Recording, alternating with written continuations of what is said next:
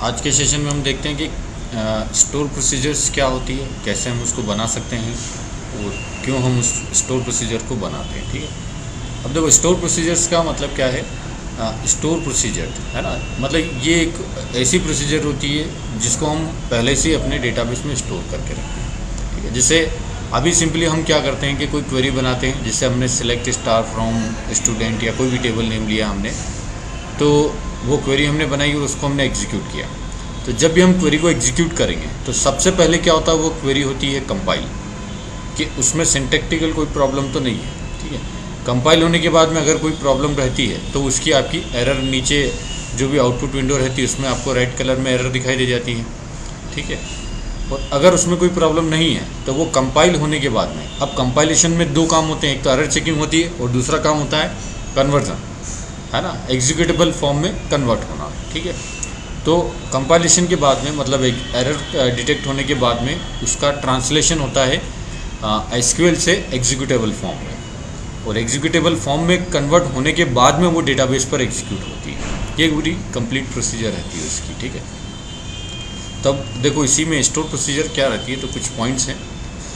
सबसे पहला क्या लिखा हुआ है कि store procedure is named group of SQL statements, मतलब हम जैसे एक स्टेटमेंट रहता है कोई भी एसक्यूएल का, ठीक है, ऐसे एक या एक से ज़्यादा स्टेटमेंट को एक साथ हम बाइंड करके एक ग्रुप बना देते हैं, है ना, तो उस पूरे ग्रुप को हम एक साथ एग्जीक्यूट कर सकते हैं। ये तो एक बेनिफिट हुआ उसका कि हमने एक से ज़्यादा एसक्यूएल स्टेटमेंट्स को क्या कर दिया, एक ग्रुप में बाइंड कर दिया।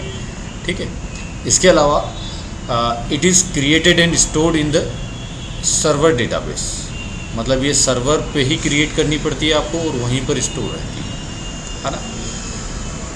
ठीक है, इसके नेक्स्ट में देखो, it reduces the network traffic. अब नेटवर्क ट्रैफिक रिड्यूस करने का कैसे मतलब निकलता है, देखो अभी मैंने क्या बताया आपको कि एसक्यूएल के जो स्टेटमेंट्स रहते हैं, मतलब क्वेरी रहती है जैसे select star from students table.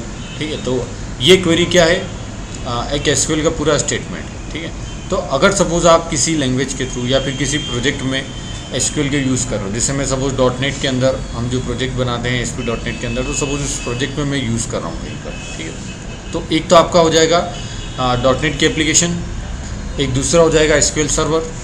ठीक है, तो अब जो डॉटनेट की एप्लीकेशन के अंदर या फिर डॉटनेट की एप्लीकेशन के थ्रू अगर मुझे डेटाबेस का कोई ऑपरेशन करना है तो मुझे क्वेरी कहाँ लिखनी पड़ेगी, डॉटनेट के अंदर। ठीक है, और उस क्वेरी को मुझे एग्जीक्यूट करना पड़ेगा सर्वर डेटाबेस पे, है ना, मतलब जो डेटाबेस सर्वर रहेगा उस पर एग्जीक्यूट करना पड़ेगा। लेकिन ये दोनों अलग अलग जगह रखे हुए, अलग अलग सिस्टम पे है अगर। ठीक है, तो क्या होगा, पहले जो आपकी क्वेरी है वो आएगी मतलब जो डॉटनेट की एप्लीकेशन है उस एप्लीकेशन सर्वर से, वो क्वेरी नेटवर्क के थ्रू किसके ऊपर आएगी, डेटाबेस सर्वर के पास जाएगी, है ना, और नेटवर्क के थ्रू गई डेटाबेस सर्वर के पास। अब डेटाबेस सर्वर ने उसको एग्जीक्यूट किया अपने डेटाबेस पे और उसका जो रिजल्ट है वो रिजल्ट आएगा वापस एप्लीकेशन सर्वर के पास में, और फिर वो एप्लीकेशन सर्वर जहाँ पर भी उसको जो भी ऑपरेशन करना है, मतलब व्यू करने के लिए लिया होगा, रिट्राइव करने के लिए, तो डेटा रिट्राइव होकर चला जाएगा। अगर इंसर्ट क्वेरी चलाई होगी तो बस इंसर्ट हो जाएगा अपने इस पर। ठीक है, लेकिन क्वेरी जो है पूरी वो पूरी आपकी नेटवर्क से आएगी, मतलब select star from TBL student, मतलब ये पूरा लिखा हुआ जो है, मतलब इतना लंबा सेंटेंस आपका पूरा वहाँ से यहाँ आ रहा है। ठीक है, अब ये तो छोटी सी क्वेरी है हमने बात कर दिया, लेकिन अगर सपोज कोई बड़ी क्वेरी है जिसमें से मल्टीपल टेबल से आप रिकॉर्ड निकाल रहे हो,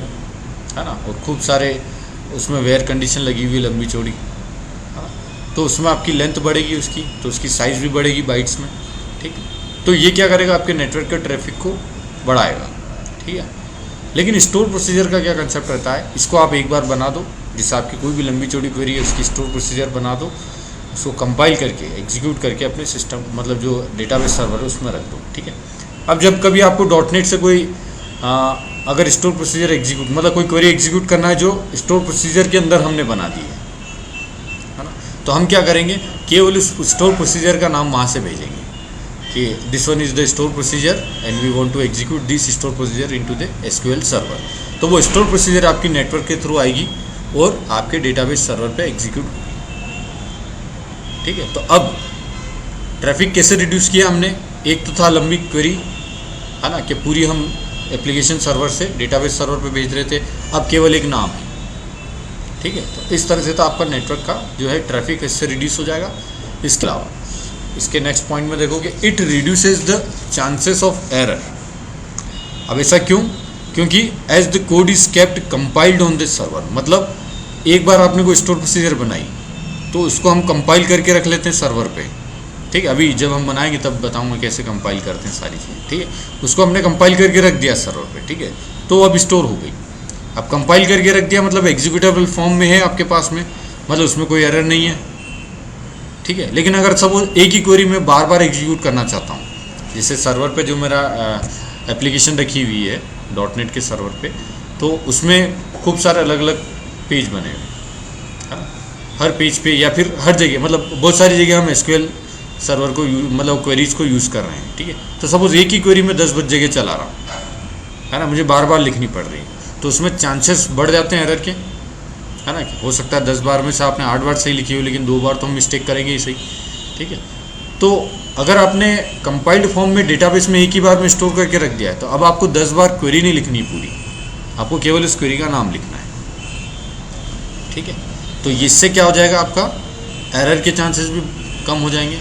इसके अलावा एक बेनिफिट और है कि ये कंपाइल्ड फॉर्म में रखी रहती है ना, मतलब हमको बार बार कंपाइल नहीं करना पड़ेगा। लेकिन अगर कोई क्वेरी है आपको 10 बार एग्जीक्यूट करना है, तो 10 ही बार अगर आप सेम क्वेरी भी एग्जीक्यूट कर रहे हो ना, तो वो क्वेरी पहले कंपाइल होगी, फिर एग्जीक्यूट होगी, फिर कंपाइल होगी, फिर एग्जीक्यूट होगी। अरे बात समझ में? तो ये जो स्टोर प्रोसीजर्स हैं, ठीक है, इनके क्या बेनिफिट है? एक तो नेटवर्क का ट्रैफिक रिड्यूस कर रही हैं,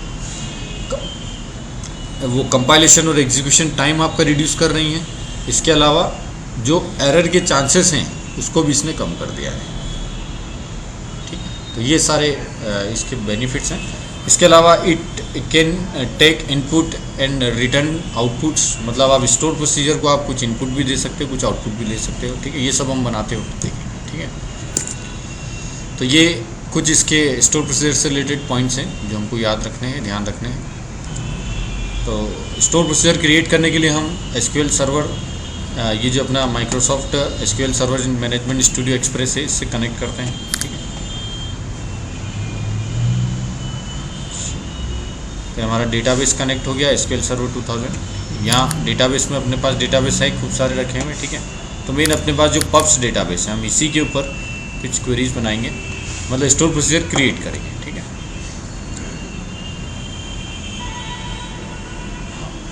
अब देखो इसके अंदर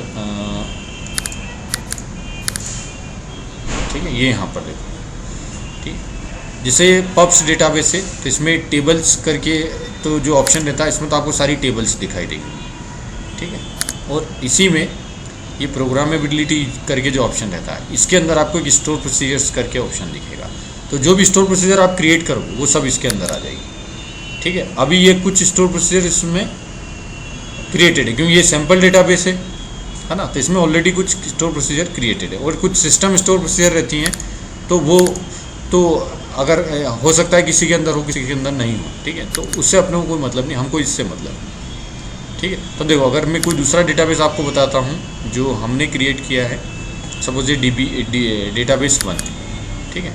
इसको मैंने ओपन किया प्रोग्रामेबिलिटी के अंदर स्टोर प्रोसीजर, ठीक है। तो यहाँ देखो कोई स्टोर प्रोसीजर नहीं, ठीक है। ये सिस्टम स्टोर प्रोसीजर वाली है ना, लेकिन दूसरी कोई नहीं, ठीक है। तो वो हम क्रिएट करते हैं, ठीक है। अभी देखो, अब सपोज हम पब्स में क्रिएट करेंगे क्योंकि हमारे पास पब्स की टेबल है बनी हुई, तो हम आराम से बना सकते हैं, ठीक है। तो ये 4 है अपने पास, तो अब हम देखेंगे और जो भी हम बनाएंगे तो वो इसके अंदर आते जाएंगे, ठीक है। चलो बाद में चेक करेंगे। हाँ, अब सबसे पहले क्वेरीज लिखने के लिए हमको जिसकी ज़रूरत पड़ती है क्वेरी एडिटर की, इसको हमने ओपन कर लिया, कनेक्ट किया, connect, disconnected.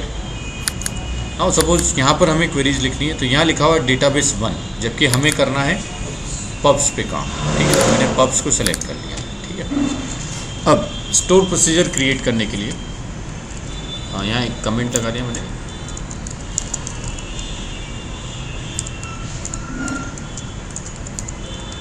It is just for the help, है ना, कि हम क्या कर रहे हैं उसके लिए, ठीक है। अब एग्जिट सिंटेक्स क्या रहता है, तो SQL में जनरली, है ना, मैक्सिमम चीज़ें क्रिएट करने के लिए कौन सा सिंटेक्स कीवर्ड यूज़ होता है, क्रिएट, ठीक है। अब सिंटेक्स लगभग सेम रहता है, जैसे क्रिएट डेटाबेस, क्रिएट टेबल, है ना, तो क्रिएट स्टोर प्रोसीजर, है ना, लेकिन स्टोर प्रोसीजर नहीं होता है, केवल प्रोसीजर रहता है।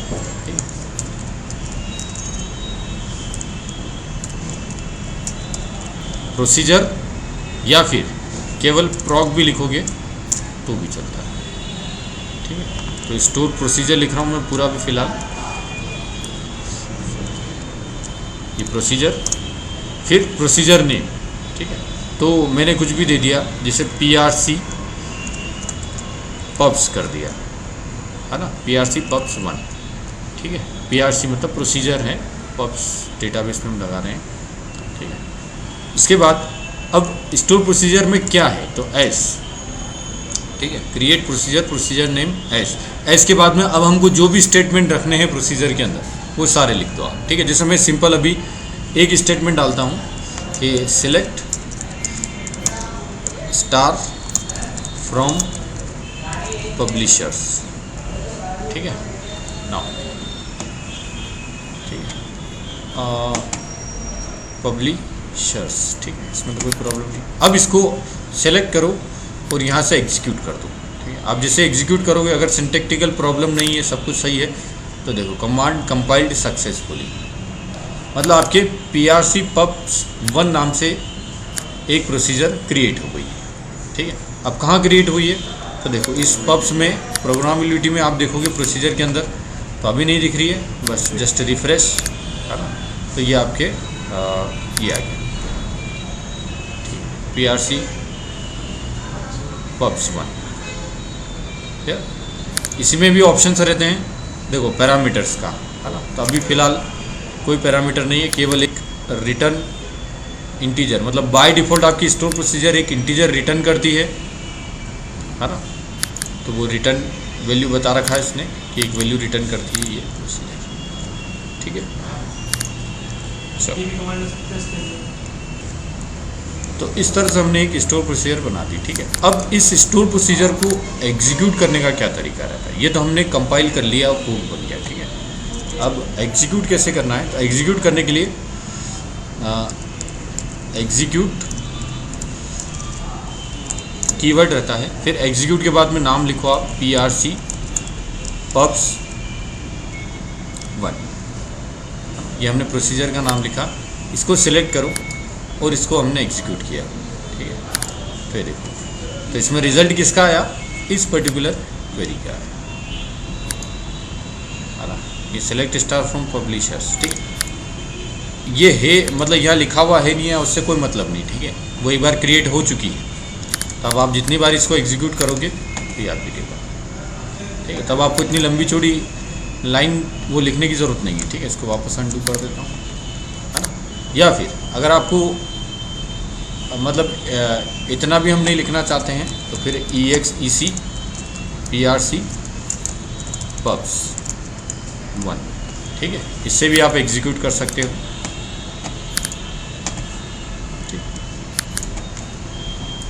और अगर इतना भी नहीं लिखना चाहते हम, तो केवल PRC पब्स लिख दो 1, जो भी प्रोसीजर का नाम है उसको भी आप एग्जीक्यूट करोगे सिंगल, तो ये रहता है। क्योंकि बाय डिफ़ॉल्ट अगर आपने कोई भी XYZ नाम लिखा, कहीं पर भी कुछ लिखा, जैसे मैंने यहाँ पर हेलो लिखा है, ठीक है, और इस हेलो को अगर मैं एग्जीक्यूट करूँगा,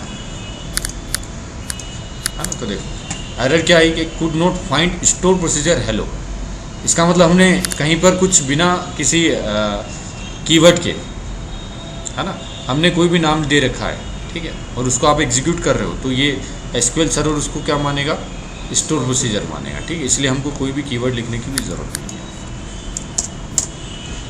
क्लियर है यहाँ तक, है ना। तो इस तरह से हम स्टोर प्रोसीजर बना सकते हैं और इसको एग्जीक्यूट कर सकते हैं, ठीक है। अब देखो मैं आपको एक स्टोर प्रोसीजर बताता हूँ जिसमें हम एक से ज़्यादा स्टेटमेंट लेंगे, ठीक है। जैसे मैंने इसी को कॉपी किया और सपोज यहीं पर हमने पेस्ट कर दिया, इसका नाम चेंज कर दिया, 2 कर दिया हमने, और मैंने सेलेक्ट स्टार फ्रॉम ऑथर्स, है ना, एक ऑथर्स टेबल है हमारे पास में,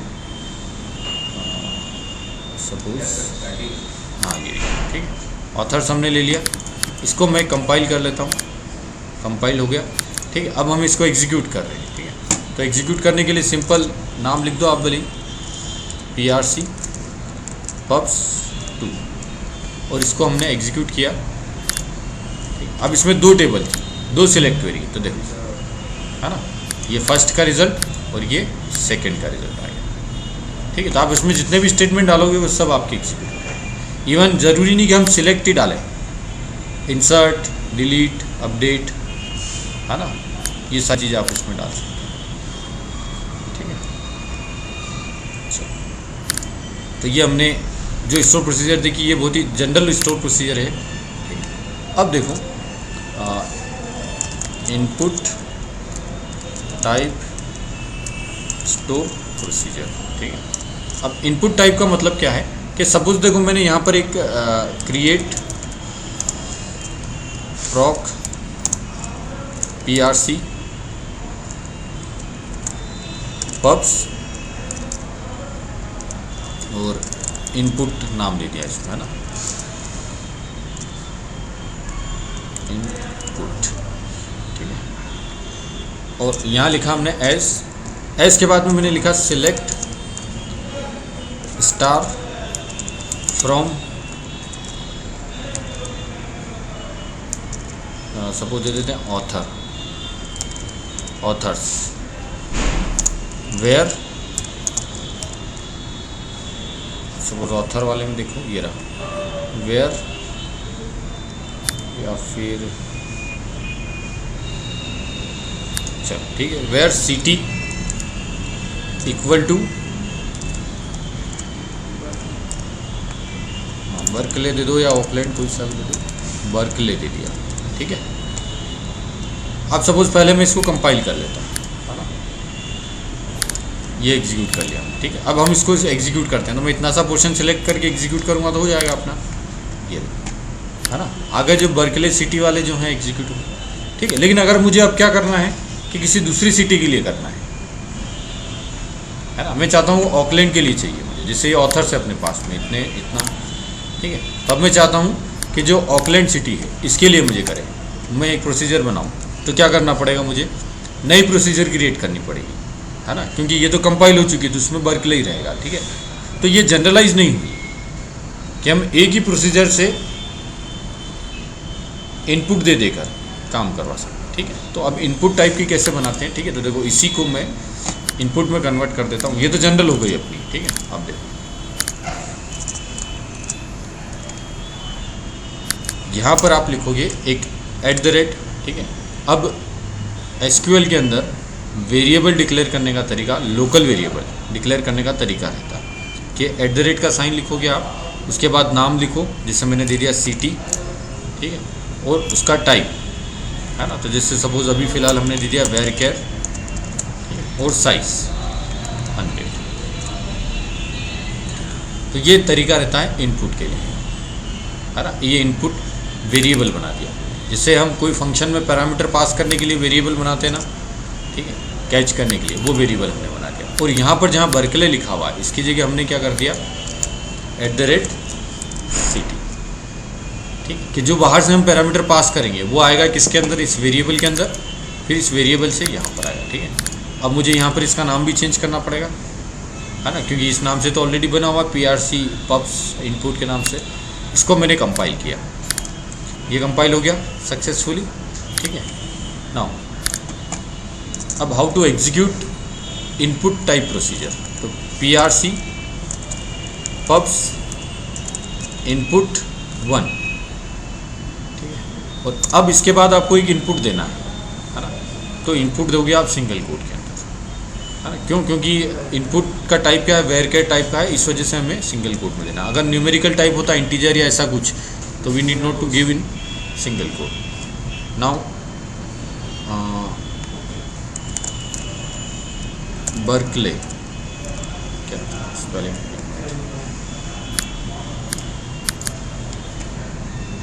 LEY।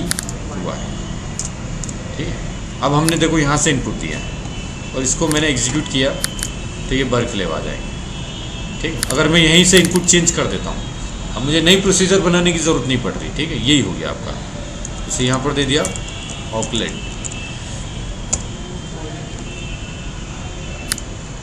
स्पेलिंग में ओ ए, ठीक है, ओ ए ये दे दिया हमने। तो इसको एग्जीक्यूट किया तो देखो सब ऑकलैंड सिटी वाले ही यहाँ पर आएंगे। तो इस तरह से हम कोई भी पैरामीटर पास कर सकते हैं, ठीक है। Now we can also pass n number of parameters, मतलब कोई ज़रूरी नहीं कि हम एक ही पैरामीटर पास कर सकते हैं, हम एक से ज़्यादा भी पैरामीटर पास कर सकते हैं, ठीक है। अब एक से ज़्यादा कैसे पैरामीटर पास कर सकते हैं, अगेन मैं एक नई प्रोसीजर बना लेता हूँ इसके नीचे।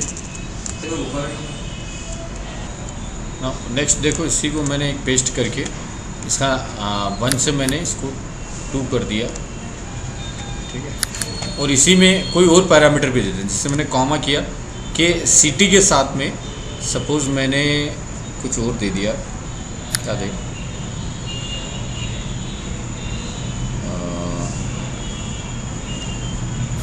सिटी के साथ में हमने एक और कंडीशन, एक और पैरामीटर हम पास करना चाहते हैं। सपोज़ मैंने स्टेट दे दिया, है ना, सिटी के साथ में स्टेट दे दिया। वैसे तो सिटी और स्टेट में इस तरह से 2 इनपुट देने की हमको ज़रूरत नहीं पड़ती, क्योंकि स्टेट आप एक बार सिटी अगर डिसाइड हो गई तो स्टेट तो डेफिनेटली वही रहेगा इसका, ठीक है। लेकिन फ़िलहाल अपने पास जो है उसी पैरामीटर से हम काम चला लेते हैं कि हमने स्टेट के लिए जिससे एक वेरिएबल बना दिया स्टेट, ठीक है।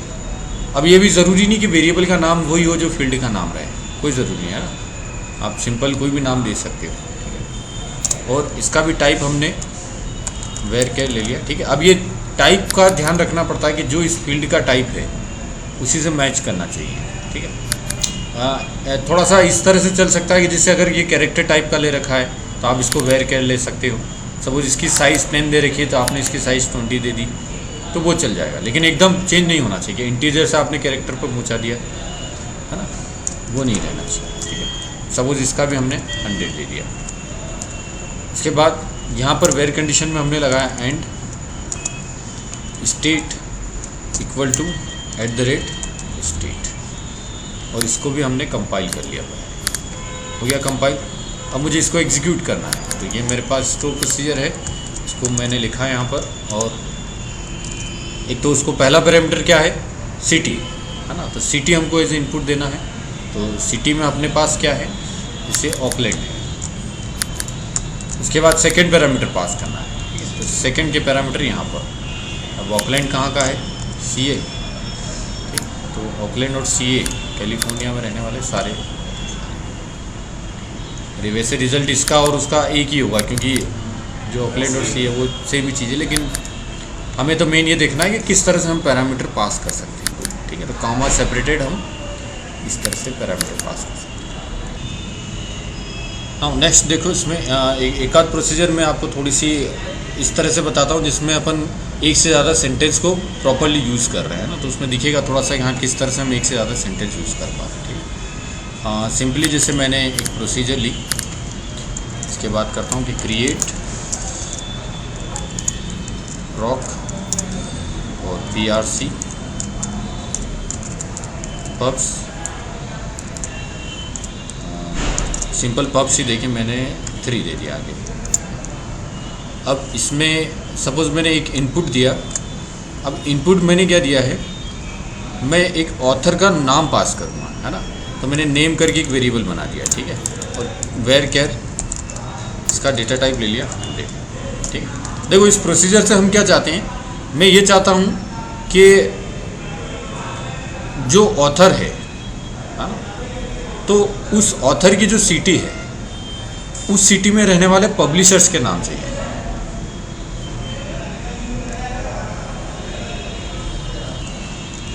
इसके बाद हमने लिखा एज के बाद में सबसे पहले हमको क्या चाहिए, हमको सिटी चाहिए, है ना। किसकी सिटी चाहिए, जो पब्लिशर है, ऑथर है, ठीक है। तो देखो एक वेरिएबल मैंने बनाया, ठीक है, वेरिएबल डिक्लेयर किया यहाँ, तो डिक्लेयर कीवर्ड रहता है जिसके थ्रू हम वेरिएबल डिक्लेयर कर सकते हैं प्रोसीजर के अंदर। और उस वेरिएबल को मैंने नाम दे दिया AUCT, है ना, ऑथर सिटी, ठीक है। उसका टाइप हमने वेर केयर या फिर कैरेक्टर जो भी हम लेना चाहें ले लिया, ठीक है। अब डिक्लेयर करने के बाद में देखो मैंने लिखा select @AUCT equal to city from authors, ठीक है, where city equal to, sorry where city तो हमको मालूम ही नहीं है, where author L name equal to @ name, ठीक है। देखो सिलेक्ट क्या करना है आपको, सिटी सिलेक्ट करनी है और उसको स्टोर करना है AU_city वेरिएबल के अंदर from authors table, where author last name क्या हो @ name which is pass to this store procedure from outside, ठीक है। तो ये हमने ले लिया, ठीक है। तो इससे आपके ऑथर्स ये जो @AU_city के अंदर क्या आ जाएगा, उस ऑथर की सिटी आ जाएगी, है ना। अब हमें क्या करना है, हमें पब्लिशर्स की इंफॉर्मेशन चाहिए, ठीक है। तो select star from publishers where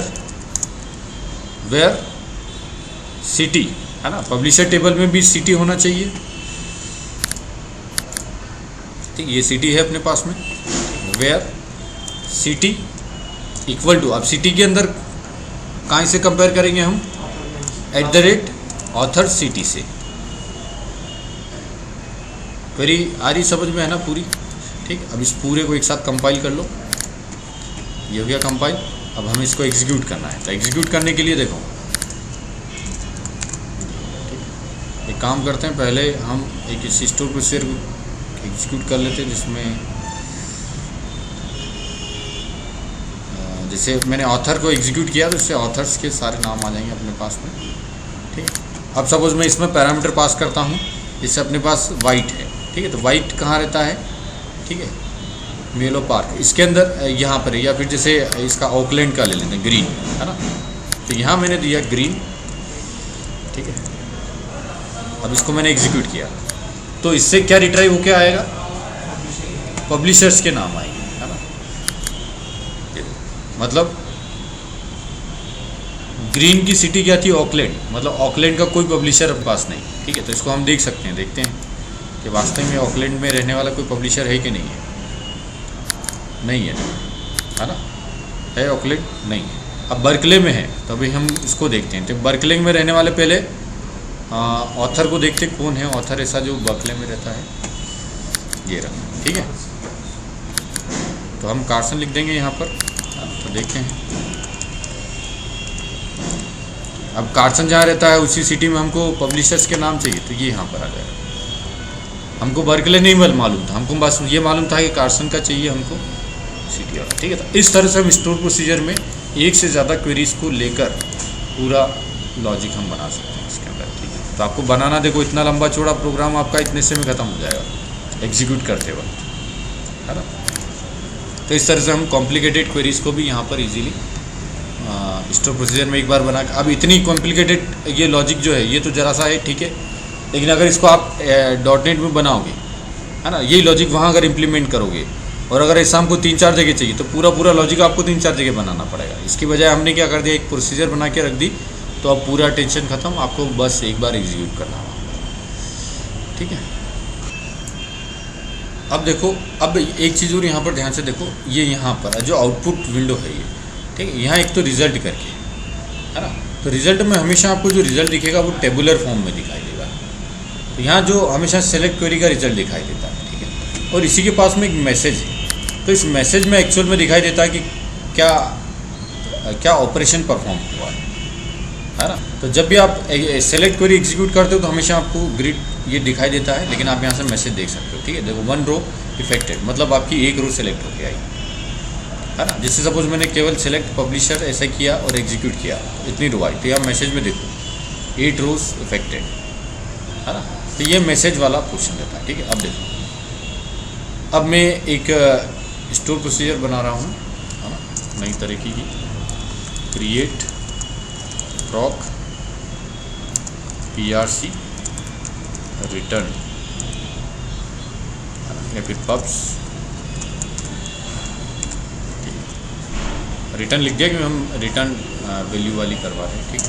as इसमें भी आप चाहो तो कोई इनपुट तो ले ही लेते हैं, जिससे सपोज मैंने एक वेरिएबल ले लिया नेम करके, और varchar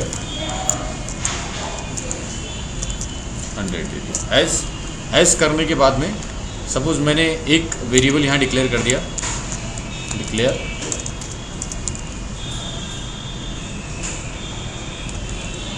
डिक्लेयर और @ सपोज इसको मैंने नाम दे दिया एल नेम, लास्ट नेम है ना, या फिर एफ नेम दे दो, फर्स्ट नेम, और यहाँ मैंने दे दिया एल नेम, और इसको दे दिया varchar 100। यहाँ से मैंने लिखा select @l name equal to, अब AU, इसे ऑथर में हमको देखना है, सिंपल ऑथर को पहले देख लेते हैं क्या है इसके फील्ड के नाम, क्या है, ऑथर लास्ट नेम है ना, तो author _l name from authors table where AU _f name equal to @f name. क्या कर रहे हैं हम कि कोई भी मैं फर्स्ट नेम बाहर से पास करूँगा प्रोसीजर को, ठीक है, तो उस ऑथर का लास्ट नेम जो है इस वेरिएबल में आ जाएगा, और इस वेरिएबल में आने के बाद में रिटर्न @l नेम है ना, तो रिटर्न हो जाएगा, ठीक है। तो अभी फ़िलहाल तो हम इसको कंपाइल कर लेते हैं, कंपाइल सक्सेसफुली। अब रिटर्न वैल्यू वालों को एग्जीक्यूट कैसे करना है, ठीक है, तो इस प्रोसीजर के आगे आपको EXEC या फिर एग्जीक्यूट पूरा कीवर्ड लिखना पड़ेगा। उसके बाद में इससे पहले एक वेरिएबल डिक्लेयर करो, ठीक है, तो ये बाहर हम एक वेरिएबल डिक्लेयर कर रहे हैं कि ऑथर सपोज AU _ मैंने लास्ट नेम करके एक वेरिएबल डिक्लेयर कर दिया, इसका टाइप बता दिया varchar, ठीक है। उसके बाद यहाँ लिखा मैंने AU _ last name equal to, अब प्रोसीजर का जो नाम है वो लिख दो आप, यहाँ हमने लिख दिया प्रोसीजर नेम, और इसमें पैरामीटर पास करना है, तो पैरामीटर में क्या पास करना है हमको, ऑथर का फर्स्ट नेम, ठीक है। तो हम पहले ऑथर के फर्स्ट नेम देखते हैं क्या है ऑथर का, कोई सपोज सिलेक्ट किया, अब यहाँ से हमें ऑथर का फर्स्ट नेम क्या है, जैसे सपोज ये वाला है ना, कि जॉनसन। अब इसके बाद लास्ट नेम क्या है, देखो यहाँ पर आपको लिखना है जॉनसन, ठीक है, जॉनसन। और अब जैसे ही आपने जॉनसन लिखा यहाँ पर और इस प्रोसीजर को एग्जीक्यूट करोगे तो ये जॉनसन का जो फर्स्ट नेम है वाइट लास्ट नेम है वो किसके अंदर आ जाएगा, इस वेरिएबल के अंदर, ठीक है। उसके बाद मैंने इसको लिख दिया प्रिंट @AU _ लास्ट नेम, और इसको मैंने पूरा यहाँ से एग्जीक्यूट किया, ठीक है। ओके, कहीं ना कहीं problem to the column of data type integer,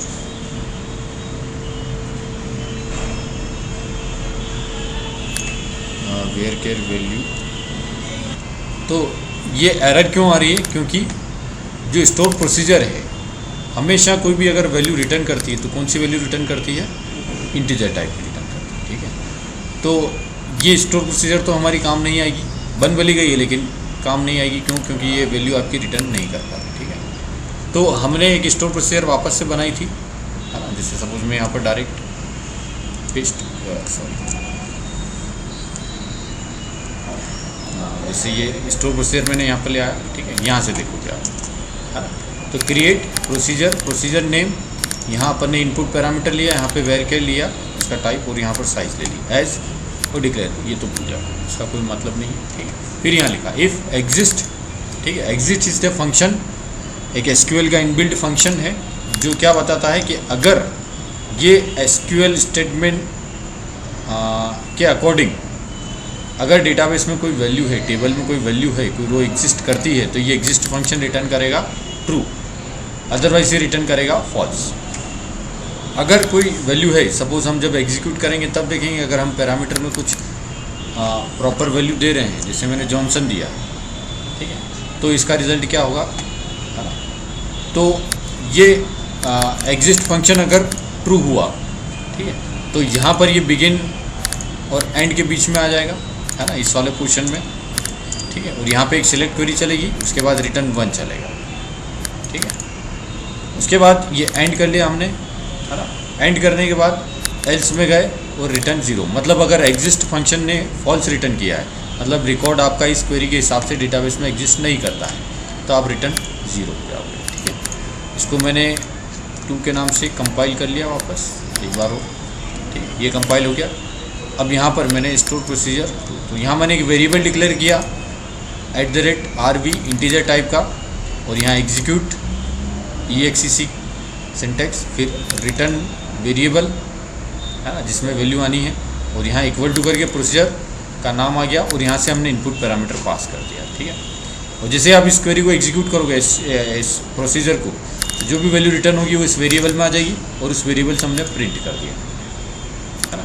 तो इसको देखो हम एग्जीक्यूट करते हैं वापस से, तो जॉनसन इससे रिलेटेड रिकॉर्ड अगर होगा तो आ गया, है ना, उसका फर्स्ट नेम लास्ट नेम आ गया वाइट, और ये पूरा रिकॉर्ड आएगा, साथ ही साथ मैसेज में 1 लिखा हुआ है, ठीक है। इन केस अगर मैं कोई रैंडम नाम दे देता हूँ यहाँ पे, ठीक है, जैसे मैंने अमित दे दिया, तो अमित नाम से अगर यूज़र होगा, ऑथर होगा, तो आ जाएगा, अदरवाइज़ नहीं होगा, तो फिर क्या मिलेगा अपने को 0, ठीक है। तो ये 0 क्या डिनोट कर रहा है कि कोई भी रिकॉर्ड एग्जिस्ट नहीं करता है।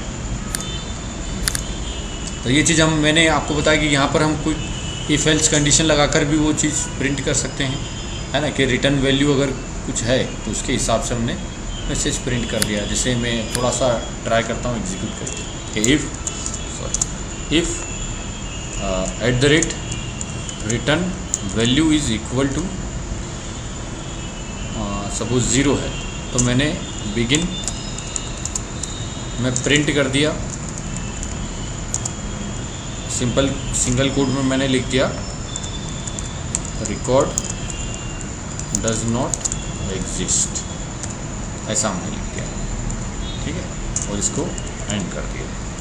अब सपोज इसको मैं एग्जीक्यूट करता हूँ, है ना, और अगर इसी की जगह हमने क्या लिखा होता, जॉनसन लिखा होता, तो ये इस इफ कंडीशन में नहीं जाएगा, तो कहाँ जाएगा फिर, एल्स में।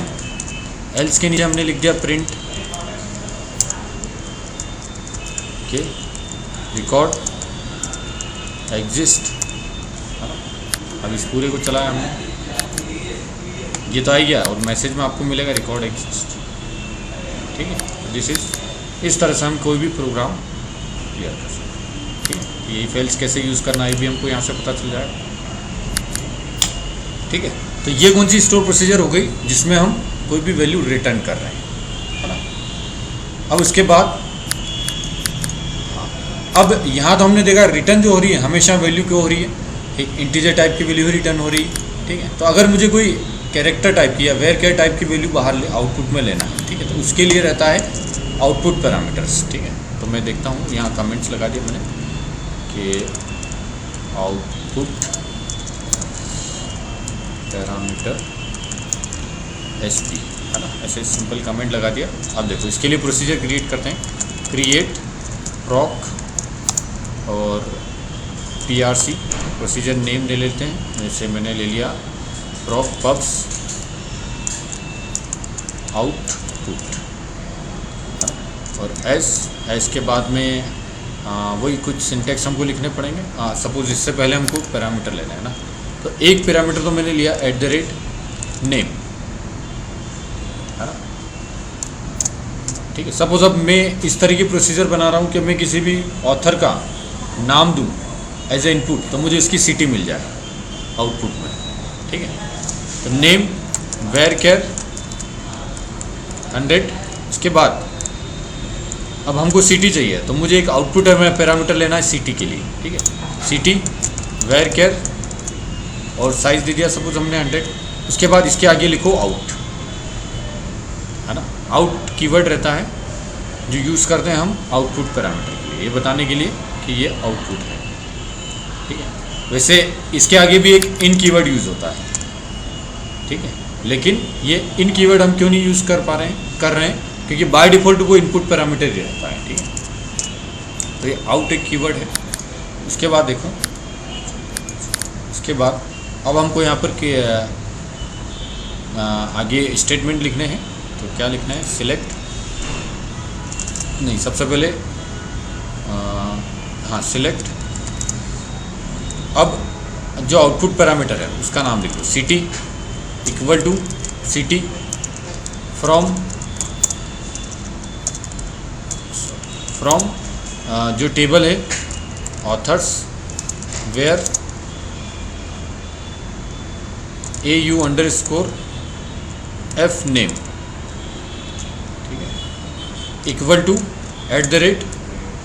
नेम, ठीक है, इनपुट पैरामीटर। बस कोई रिटर्न नहीं करवाना, कुछ नहीं करवाना है, एग्जीक्यूट किया है ना। उसके बाद ये प्रोसीजर, हाँ अब इस प्रोसीजर को कैसे एग्जीक्यूट करना है, क्योंकि अब की बार हमको क्या करना है कि एक आउटपुट बाहर भी कैच करना है, ठीक है। तो बाहर कैच करने के लिए एक वेरिएबल हम डिक्लेयर कर देते हैं, डिक्लेयर @ सपोज सिटी के लिए है तो सिटी आउट कर दिया मैंने, है ना, कुछ भी लिख देंगे हम, सिटी भी लिखोगे तो चल जाएगा। फिर EXEC प्रोसीजर का नाम, है ना, फिर इनपुट पैरामीटर, ठीक है, कामा और आउटपुट पैरामीटर, ठीक है।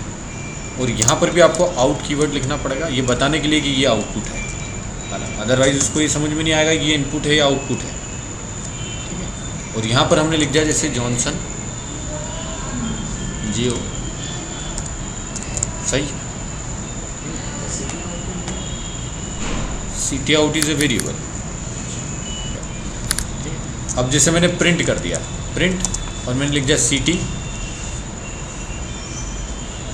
सपोज सिंपल लिख दिया @ सिटी आउट, इसको कंपाइल हम कर चुके हैं ऑलरेडी, इसको हमने किया। Okay, that's are error, syntax keyword execute.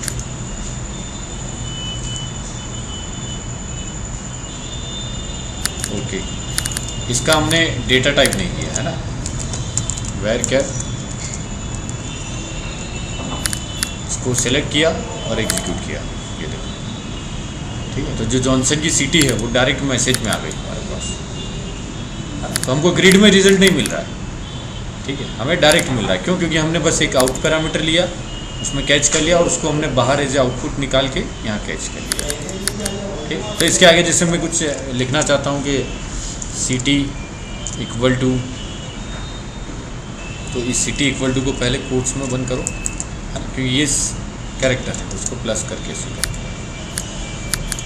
है ना। ये city equal to main park, है ना, इस तरह से क्लियर है। तो किस तरह से हम इनपुट पैरामीटर के साथ में आउटपुट पैरामीटर भी यूज़ कर सकते हैं, है ना। तो ये जनरली अपने अलग अलग तरह की स्टोर प्रोसीजर्स रहती हैं जो मैंने आपको बताया। सबसे पहले हमने देखा, स्टार्टिंग से देखा, सबसे पहले हमने देखा ये जनरल स्टोर प्रोसीजर, है ना, इसको बोलिए आप लिख दो जनरल या फिर सिंपल, है ना, जिसमें कोई पैरामीटर नहीं है, कुछ भी नहीं है, ठीक है। सिंपल स्टोर प्रोसीजर, उसको एग्जीक्यूट करने का तरीका, है ना, यहाँ पर हमने लिख दिया एग्जीक्यूशन, ठीक है। फिर ये तो वही मल्टीपल स्टेटमेंट्स को आप किस तरह से स्टोर प्रोसीजर में डाल सकते हो, ये चीज़ हमने देखी। फिर उसके बाद उसको एग्जीक्यूट किया, फिर इनपुट टाइप की स्टोर प्रोसीजर, ठीक है। तो उसमें ये जनरल बताया कि जिसमें अगर हमने सिटी को डायरेक्ट लिखा है, ठीक है, तो ये हमेशा वो रिज़ल्ट देगा सेम इसी सिटी के लिए। अगर अलग सिटी के लिए करना है तो अलग प्रोसीजर बनाना पड़ेगा, या फिर हम क्या करें, एक प्रॉपर तरीके से एक इनपुट वेरिएबल लेकर इनपुट टाइप की स्टोर प्रोसीजर बना दें। तो उसके लिए तरीका रहता है create procedure, procedure name, variable का नाम, उसका डेटा टाइप, साइज, है ना। और इसी तरह से आप एक से ज़्यादा भी इनपुट ले सकते हो, जैसा कि नेक्स्ट स्टोर प्रोसीजर में हमने देखा यहाँ पर, ये है ना, सिटी और स्टेट दोनों लिया था, ठीक है।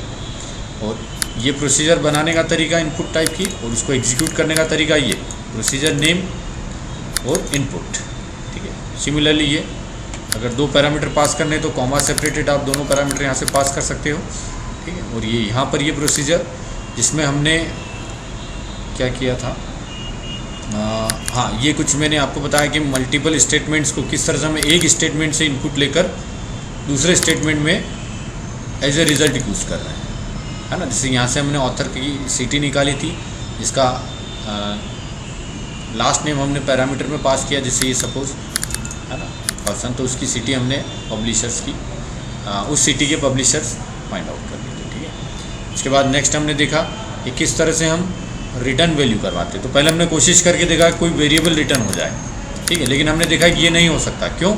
क्योंकि स्टोर प्रोसीजर हमेशा रिटर्न क्या करता है, बाय डिफ़ॉल्ट जो रिटर्न करता है वो इंटीजर टाइप की वैल्यू रिटर्न करता है, ठीक है। तो हमने देखा कि किस तरह से हम इफ एल्स लगाकर मैंने आपको कोई वैल्यू हमने रिटर्न की इंटीजर टाइप की, उसको हमने कैच किया बाहर और उसको प्रिंट किया, या फिर उसके अकॉर्डिंग हमने मैसेज प्रिंट कर दिया, ठीक है। तो ये यहाँ से आपने देखा रिटर्न वैल्यू वाली, है ना, रिटर्न वैल्यू स्टोर प्रोसीजर, ठीक है। फिर इसके बाद यहाँ से हमने देखा रिटर्न वैल्यू वाली, ये सब देखा। इसके बाद में आउटपुट पैरामीटर हम कैसे ले सकते हैं स्टोर प्रोसीजर में, ये देखा। तो आउटपुट पैरामीटर के लिए मेन जैसे इनपुट पैरामीटर लेते हैं उसी तरह से आउटपुट पैरामीटर के लिए एक वेरिएबल ले लिया, उसका डेटा टाइप, साइज और साथ में एक आउट कीवर्ड लिखा, है ना। और सेम आउट कीवर्ड आपको यूज़ करना है एग्जीक्यूशन के टाइम पर, ठीक है। बस इस तरह से हमने लिखा स्टेटमेंट, और ये आपका प्रोसीजर, ठीक है। तो ये हमारे पास अलग अलग तरह की स्टोर प्रोसीजर्स रहती हैं जिनको हम यूज़ कर सकते हैं, ठीक है। अब इसमें इंटरनली आप कितने ही कॉम्प्लिकेटेड या कितने ही लंबे सेंटेंस लिख सकते हो, नंबर ऑफ सेंटेंस आप कितने ही लिख सकते हो। आप चाहो तो पूरा इफ एल्स लगाकर, जैसे हमने यहाँ पर एक में देखा था ये वाला, ठीक है। तो इस प्रोसीजर में हमने थोड़ा सा इफ एल्स लगाकर पूरा कोड लिखा, ठीक। जिस तरह से इसमें लूपिंग यूज़ कर सकते हो, खूब सारी चीज़ें हम यहाँ पर यूज़ कर सकते हैं प्रोसीजर, ठीक है। अब ये प्रोसीजर अगर आप देखोगे तो जितनी हमने बनाई है, ठीक है, सब अपनी आ गई है डेटाबेस में। कौन सा डेटाबेस है? पब्स डेटाबेस है। अभी इतनी सी दिख रही है, इसको मैं रिफ़्रेश करूँगा तो ये आपको लिस्ट दिख जाएगी, है ना। ये यहाँ से लेकर यहाँ तक ये सारी अपनी प्रोसीजर है, ठीक, क्योंकि हम 1 2 3 1 2 3 ऐसे करते करते गए और चेंज करते गए, तो ये सारी प्रोसीजर है, ठीक है। अब ये जो फाइल है, ये जो मतलब सिंटेक्स लिखे हैं, इसको आपको सेव करना है तो इसको सेव कर लो, बोलिए फाइल में जाकर सपोज सेव SQL1, है ना, SQL1 है, SQL क्वेरी 1, उसको सेव कर लिया हमने। किसी और नाम से हम चाहें तो, जैसे मैंने डेस्कटॉप पे SQL फोल्डर के अंदर ये कुछ SQL सेव कर रखी, तो मैंने इसको भी सेव कर देता हूँ SQL क्वेरी, और ब्रैकेट में लिख दिया हमने स्टोर प्रोसीजर, सारे सिंटेक्स यहाँ